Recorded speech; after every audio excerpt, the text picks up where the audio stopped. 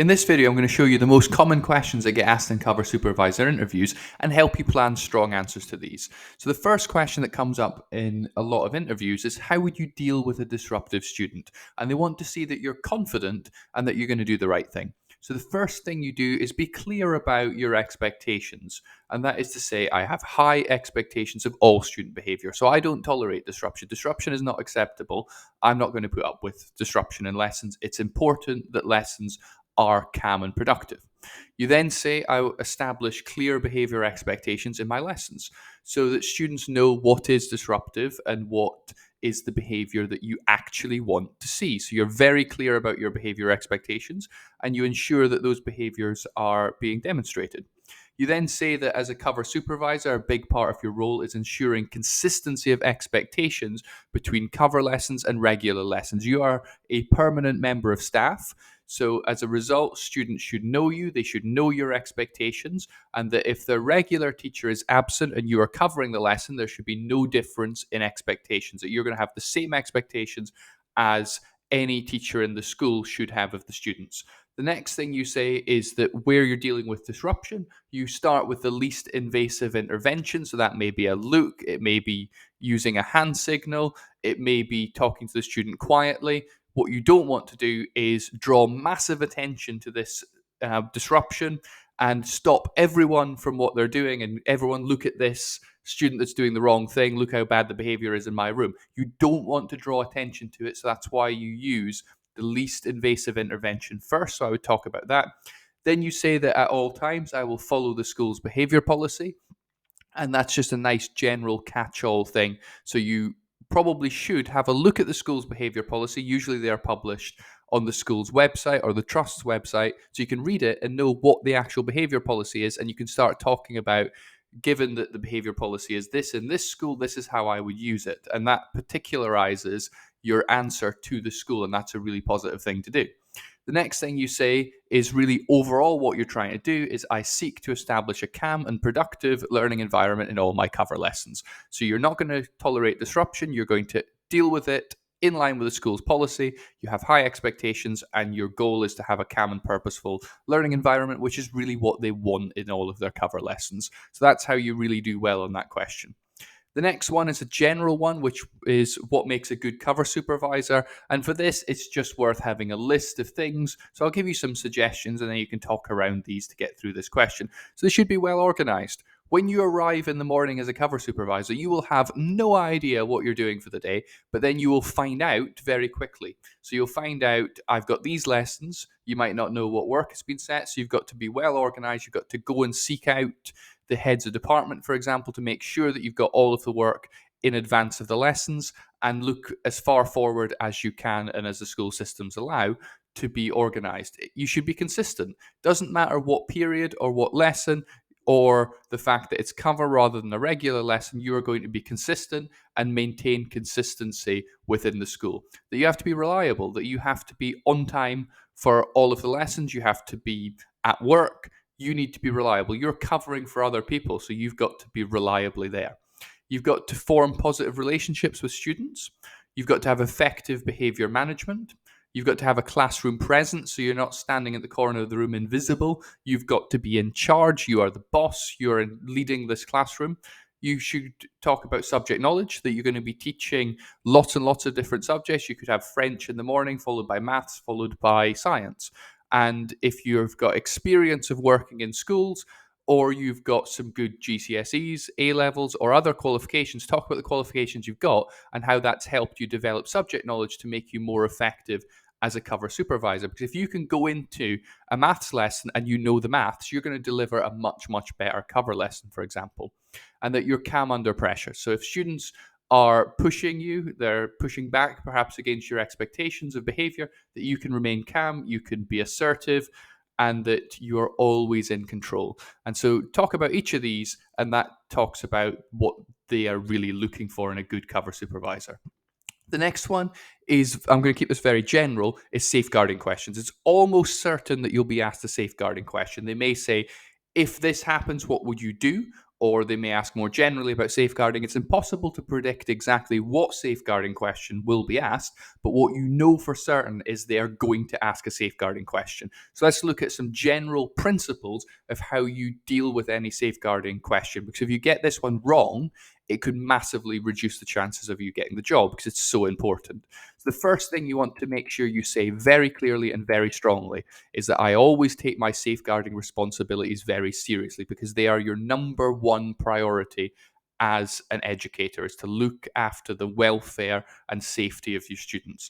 The next thing you make sure that you're aware of is that you prioritize above everything else. Quite often they'll say a question like, there's no cover work being set for this lesson, there's a student doing this, the phone is ringing, and then there's a very serious safeguarding issue. What do you deal with first? You deal with the safeguarding issue. So anytime you've got to rank or prioritize, you prioritize safeguarding, because that's the most important thing. Then you ensure that you know the school's DSL, so designated safeguarding lead. You know who in the school is leading safeguarding. If the school has a website, it should have that listed, and you may actually use the actual person's name in answering the question. Then you need to remember that safeguarding matters are treated with sensitivity and confidentiality, so that they are not discussed widely, that they are only shared with authorized people, for example, a designated safeguarding lead, and that they are at all times treated very sensitively. The next thing you say is that it is a shared responsibility, so that safeguarding is the responsibility of everyone. So as a cover supervisor, safeguarding isn't a job for someone else, it is part of your job. Every single adult in that school has a shared responsibility for the safeguarding. And as a general rule, you should always say in an interview that I will know and follow the school's safeguarding policy and statutory guidance. So that's just a catch-all. So if you're not sure what to do, your place that you look is the school safeguarding policy and what the law says your responsibilities are. So keep going back to that, because the safeguarding policies will tell you, if this happens, this is what you should do. And you say that you'll follow that. And then again, it's another general rule: if in doubt, report it. So you might hear something, you think that doesn't sound that serious, but actually, when you start combining it with all of the other things that other people have reported, actually it might be much more serious than it initially appeared. So if in doubt, and you believe that there's a safeguarding issue, even just potentially there, it's better for that to be recorded in line with the school's policies and procedures in case it is of significance. So if in doubt, report it. So that's a general overview of how you can deal with any safeguarding question that may come up in a cover supervisor interview. The next one that's important to have some good answers for is, why do you want to be a cover supervisor? And of course, I can't tell you why you personally want the job, but I can give you lots of suggestions about things that you might want to discuss. So if you've got any relevant qualifications, if you've done teacher training, that would be a good thing to mention. If you've got good subject knowledge, because you've got a strong set of school results, or you've got a degree that would help you be really effective at this job, talk about your qualifications. Say that you love being in the classroom if you have that experience, that it's an essential role within schools. Cover supervisors are incredibly important. They provide a great level of consistency, and they really do an amazing job that really helps schools function effectively. So you can say it's an important job.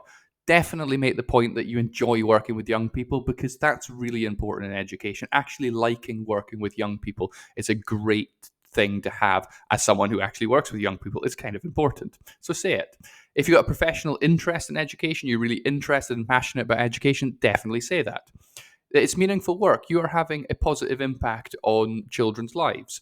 You are making sure that where their teacher is absent, that they're actually doing something purposeful. They're making progress even when there's an absence. So you can talk about having that positive impact. It's a varied role, that no 2 days are the same. Your lessons are going to be different every single day. You're going to be all over the school doing a bit of everything. You're going to get to know everyone. And so that's really quite exciting. It's an active and very busy job. It can be very full on. You can have basically back-to-back lessons all day. You could have a heavier teaching timetable than the main teachers in the school. You can be more busy. It's a very, very busy and challenging role. That you're providing stability and consistency as a cover supervisor. If you've got aspirations of being a teacher, this sometimes is listed on the desirable qualities for cover supervisors in some jobs. So if you've got teacher aspirations and you see this as a good entry into teaching, and you might be doing a degree, for example, over the next 3 to 4 years, then you could express that is a desire. that you want to be a permanent member of staff, so you're not going to be covering on an agency basis, going to lots of random schools. You want to be ingrained and a permanent member of staff and established in one school. Link to previous experience. So if you've had other jobs in education or that are relevant, link it to that. And if this is a progression opportunity for you, for example, you might have been a teaching assistant and now you're moving to a cover supervisor role and you're going to be doing your own lessons, this could be a good progression opportunity. And part of the reason you want to move to this job is you see it as progression and moving up. So that's another great thing that you could say. So pick from these, have 5 or 6 reasons and discuss those, and you'll be ready for this question.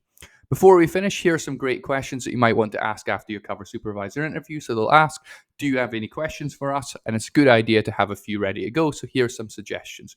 You could ask, can you tell me how a strong cover provision forms part of your school improvement planning and how I could contribute to this in my role? And the head or the principal may talk about what they see as important for cover. They might even tell you some problems that they've been having with cover. Maybe cover's been very high. Maybe they've struggled to cover it and they're really, really needing a good cover supervisor, and you can share in that and take some responsibility for that. That you can say, in my role, I'm going to achieve these things that are your targets. You could say, what CPD does your school provide to cover supervisors? Will there be opportunities for you to take part in CPD that's offered to the teaching staff in the school? That would be a great opportunity for you, and express interest in what CPD you're most interested in. You could say what makes this school stand out and what originally attracted you to this school, and sharing their enthusiasm for what makes this school great, what makes it stand out, and basically link it to why you want to join the school. You could say, I remain very interested in this role and school, therefore, could you tell me the next steps in your recruitment process? And then lastly, you want to make sure you end the interview positively and confidently. Thank them for the interview, remind them that you're really interested in the job, and say that you look forward to hearing from them. And so that's how you can get through a cover supervisor interview and the most common questions. Please post in the comments what questions you were asked, and like and subscribe if it was useful. And finally, thank you very much for watching.